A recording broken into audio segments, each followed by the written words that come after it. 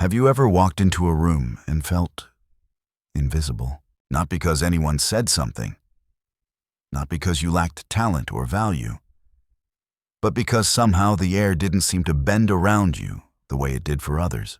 There are people who enter quietly without a word, and yet the room adjusts. Eyes follow them, attention shifts. It's like they brought gravity with them.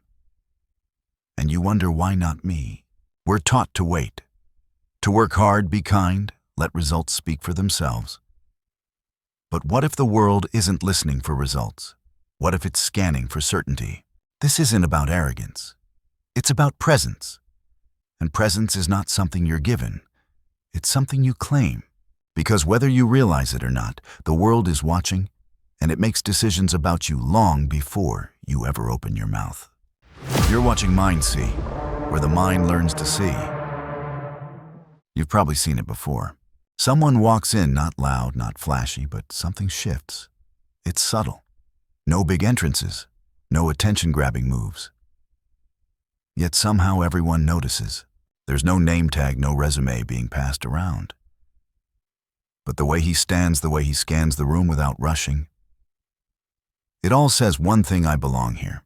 And without knowing why people treat him that way. It's not luck. It's not magic. And no, it's not necessarily because he's smarter or more qualified than you. It's because he's mastered something most people never even think about. He behaves as if no one is above him. And because he believes it, so does everyone else.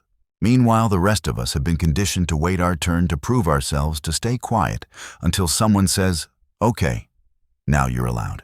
But here's the uncomfortable truth: the world doesn't reward you for how much you've prepared. It reacts to how you show up. People don't read your resume. They read your body language. They hear your tone before your words. They notice how you enter a room, how you stand, how long you hold eye contact. That guy who got the promotion. That leader everyone listens to. Half the time, it's not about their qualifications. It's the energy they broadcast. It's not fair, but it is real. The world responds to confidence. Not just what you say, but how sure you seem when you say it. And this is why the phrase "act like you're the best" isn't about pretending.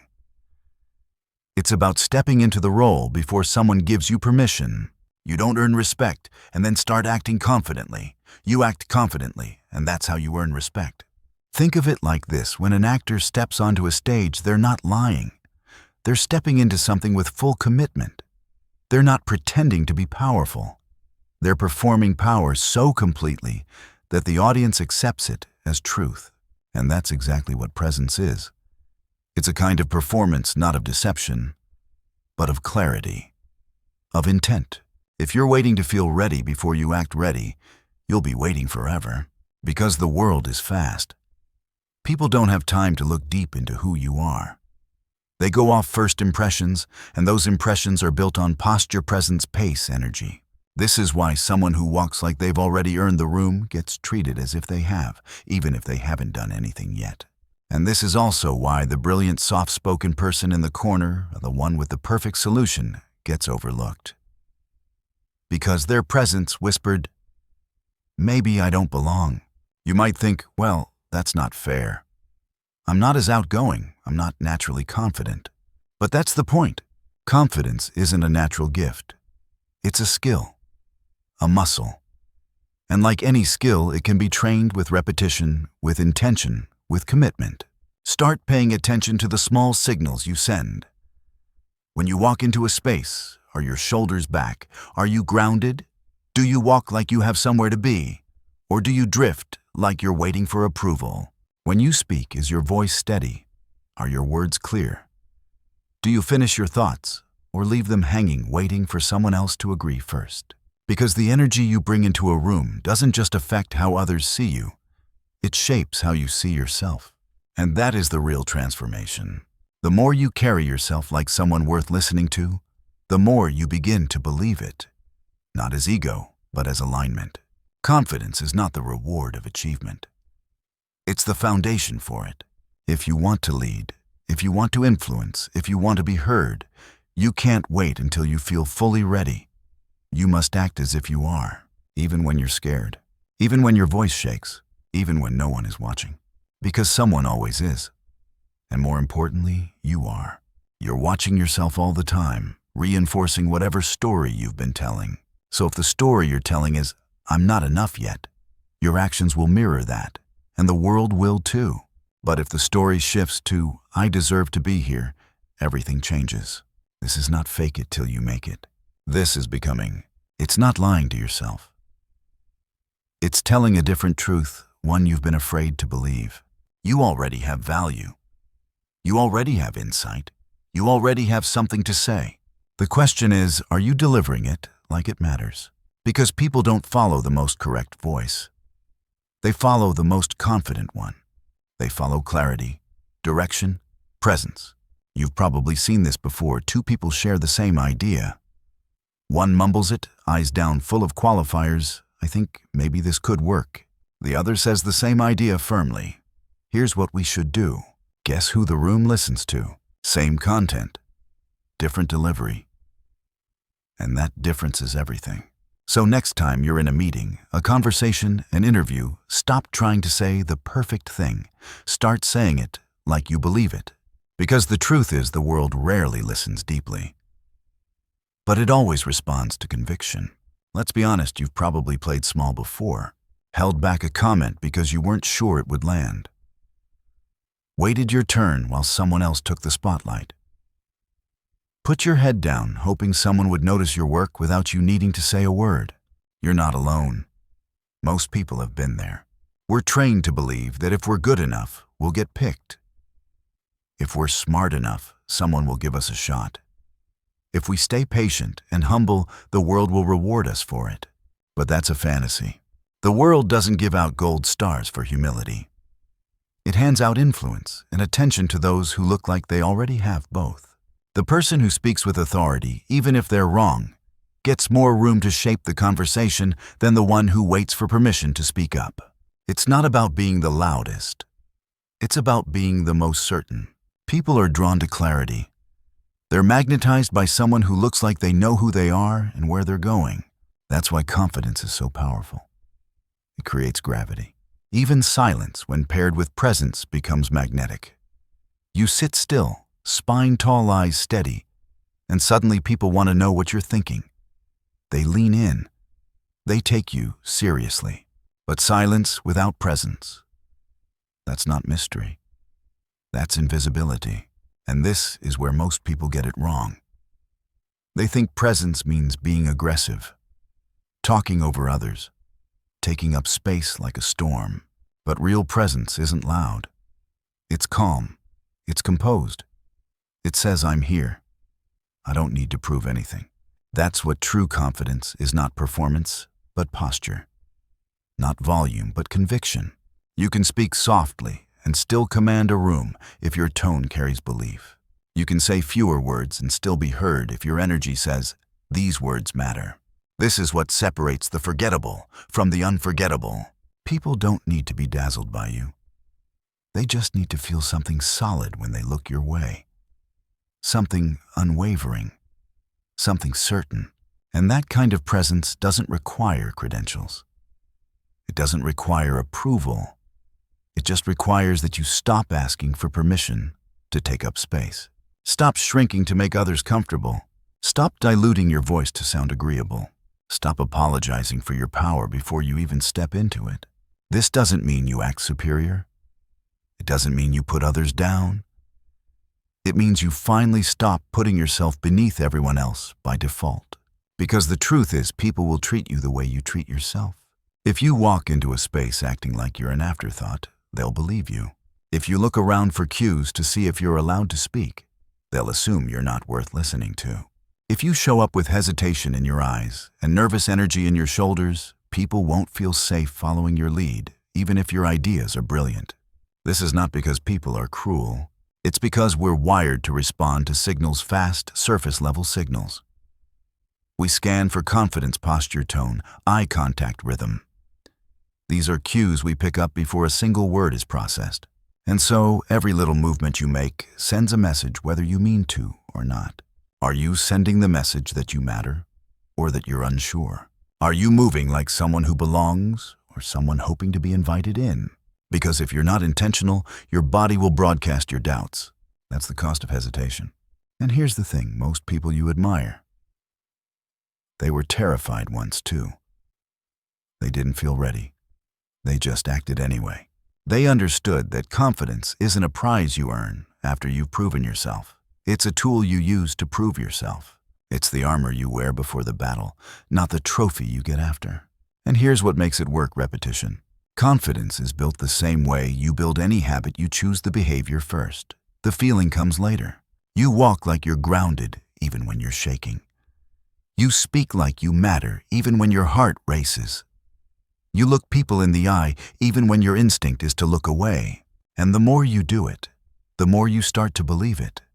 Not because you're lying, but because your body, your mind, your energy begins to sync up with the image you've chosen. And slowly, the performance becomes reality.